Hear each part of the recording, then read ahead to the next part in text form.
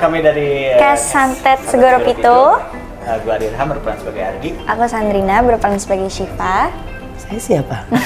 Teh Lia. Oke, saya dengan Ria Puspita. Kalian udah tau lah saya spiritualis. Kita akan berbincang-bincang. Boleh nih, mau berbincang apa nih tentang apa santet lagi? Santet. Nah, boleh nggak nih cerita sedikit tentang santet tuh apa sih sebenarnya? Santet itu ilmu, dimana ilmu sebenarnya itu diturunkannya untuknya nih, nih garis bawah banget nih, untuk menyakiti seseorang dengan bayaran yang cukup mahal. Di sini santet itu nggak hanya satu. Jadi santet itu sebenarnya salah satu dari ilmu sihir, ilmu hitam. Terus di bawah santet itu ada teluh, baru langsung ke guna-guna. Oh, teluh sama santet tuh beda? Beda. Santet, teluh, guna-guna.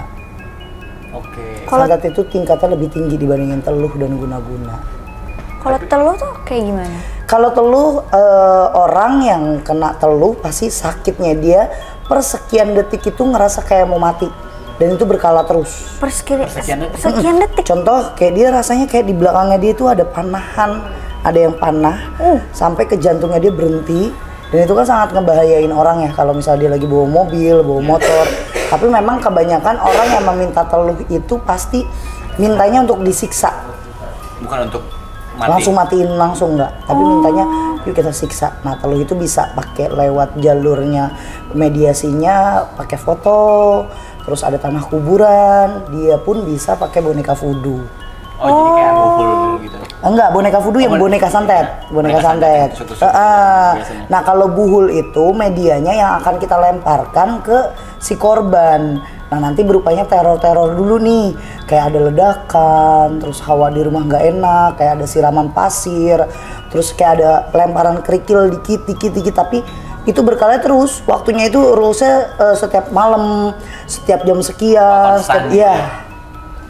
itu buhul tuh medianya yang akan dilemparkan. Media santet apa tuh? Dua-duanya sama. Buhul. Namanya memang buhul. Oh, namanya memang buhul untuk medianya. Wow. Interesting. Gimana tuh? Apa santet Segoro Pitu kamu jadi? Aku jadi Ardi. Kamu jadi Ardi, kamu? Aku Syifa. Kamu jadi Syifa. Adik kakak. Adik kakak. Dan aku ceritanya punya sixth sense di film ini yang bisa ngelihat gitu. Aku nggak bisa ngelihat. Turunannya nggak dapet. Turunannya nggak dapet. Sedangkan si Ardi ini dapet turunannya. Dapet. Gitu.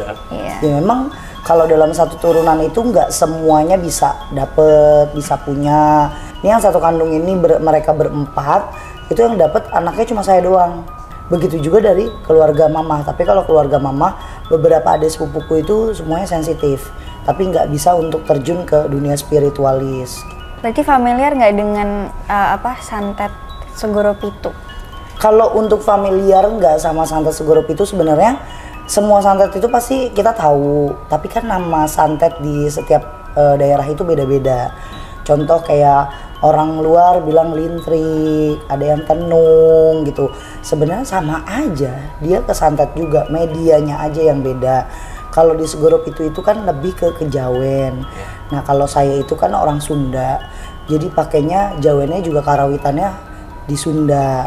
Nah, kalau untuk Segoro Pitu itu santet yang memakainya celahnya dari para kewayangan. Jadi jawen juga, mainnya jawen, dan itu ilmu tua kalau santet Segoro Pitu. Nah, tapi kalau misalkan santet di pasar itu biasanya mereka pada pakai apa sih gitu? Kalau di pasar atau pesugihan atau santet? Itu pesugihan. Kalau di pasar lebih ke arah nyugihnya dibandingin santetnya. Nyugihnya. Tapi tetap ada santet di pasar atau nggak ada biasanya? Iya pasti. Kadang kan ada tumbalnya. Cuma kalau di pasar itu arahnya lebih ke memperkaya dirinya mereka gitu. Kayak contoh, kita jualan tahu, terus kita mau orang itu beli yang bener-bener gila lah gitu. Jadi baru datang baru jajakin udah habis, Ada lagi yang dimana mereka pakainya cuma kayak jualannya itu alasan mereka. sebenarnya dia bukan jualan. Nah itu metodenya untuk santet. Jadi dia memperdaya gimana caranya orang yang beli itu yang akan jadi tumbalnya mereka. Oh ada juga yang gitu ya? Wah, Berarti kalau misalnya serem kita beli juga ya? itu jadi tumbalnya gitu? Kita ngambil uang, contoh kita nemuin uang di bawah etalasenya dia, kan kita nggak sengaja ya nemu uang gitu, kita ambil, itu bisa uangnya semua, uang punya kita yang di dompet habis semua atau kita kecelakaan. Wow, serem Itu juga banyak. ya. Kalau kita mau runtutin santet itu kayak gimana, wah 3 jam nggak ada habisnya terus. Oh. Apalagi di pasar itu pernah nyampaikan ini sebelum saya viral sampai akhirnya viral. Kalau di pasar itu orang gila nggak boleh masuk ke pasar, karena di saat orang gila masuk ke pasar itu bukan yang sembuh malah makin jadi. Karena apa? Banyak energi negatif di dalam pasar. Ada yang nyugih, ada yang dia main penumbalannya kuat, ada yang misalnya dia naruh seseorang di dalam sana itu untuk jadiin target. Jadi kayak misalnya saya nyuruh kamu, lo taruh uang di sana, lo tungguin. Nah itu target kita. Target apa? Iya, untuk dimatikan. Jadiin tumbal. Serem banget ya. Tapi kalau misalkan kayak misalkan dukun gitu ya, itu jadiin tumbal dia yang mengambil uang itu, ada konsekuensinya juga? Ada konsekuensi buat dukunnya nggak sih? Kalau dukun pasti ada konsekuensinya, tapi lebih ada konsekuensinya orang yang minta tolong. Kliennya. Nah, itu dia yang ada konsekuensinya. Kalau misalnya konsekuensi lebih ke si klien yang datang, kayak contoh saya punya pasien dulu, kita bahasnya tentang penglaris ya, nyugi. Jadi ada perempuan datang ke rumah, dia itu punya modal untuk jualan cuma 500.000. Saat itu dia jualannya ikan asin. Nah dia bilang, kok gue itu beda teh karena sama yang lain. Yang lain tuh tetangga gue pada pakai penglaris, kata dia gitu. Padahal dia juga nggak tahu bener atau nggak pakai penglaris. Soalnya dia setiap sampai jam 3 sore aja jualan tuh nggak sampai habis. Tapi tapi tetangganya kayak misalnya datang jam 8, jam 10 udah habis, jam 11 udah habis gitu. Nah dia minta tolong, dia habis jual tanah, dia mau maharin. Bagaimana caranya biar dia tanpa harus jualan juga dapatlah untung gitu, dapatlah kaya, dapatlah dia uang banyak. Terus saya bilang di sini memang harus pakai topeng. Topengnya itu ya kamu harus tetap jualan. Kalau kamu nggak jualan, terus kamu mau gunain nyugihnya pakai apa? Gimana medianya gitu kan? Ya udah berarti saya tetap jualan. Terus gimana caranya? Ikutlah ke saya. Datang ke saya, kita deal-dealan mahar.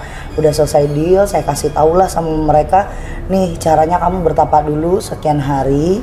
Nanti kalau memang sudah deal, apapun persyaratannya itu kamu mencukupi, kamu mediasinya juga berhasil, nanti langkah selanjutnya kamu tinggal lakuin apa yang saya suruh.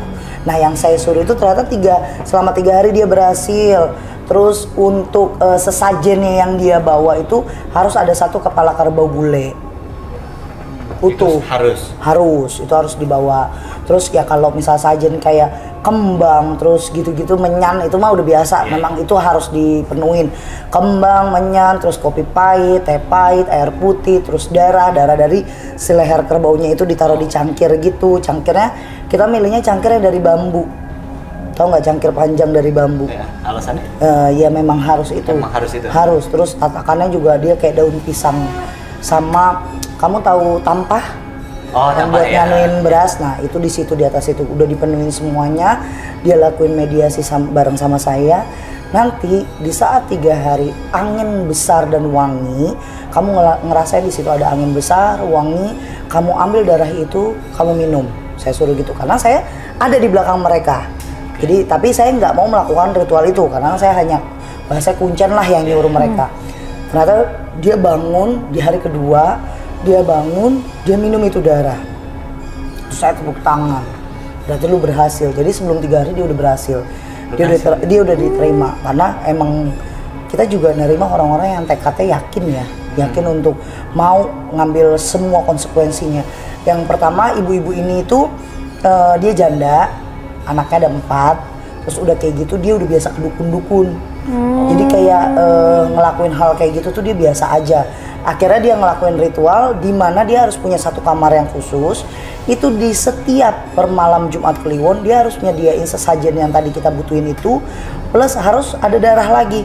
Tapi kalau darah yang kali ini harus dari ayam. Ayamnya harus ayam betina. Dan itu dilakukan setiap minggu malam Jumat atau setiap malam Jumat Kliwon. Selalu harus. Kliwon. Harus. Jadi kalau ketemunya malam Jumat Kliwon di 1 bulan dapatnya 2 ya 2 kali dia Nggak boleh lakukan stop ritual berarti itu. itu. Nggak boleh. Dan nanti di dalam kamar dia harus menyediakan tampah tadi itu, ditutupin kain merah dan taruh di samping tempat dia biasa naruh sajen. Jadi gunanya untuk nambah uang di situ. Jadi setiap dia datang ke tempat dia jualan, ada penglaris, uangnya itu langsung ditaruh ke sana.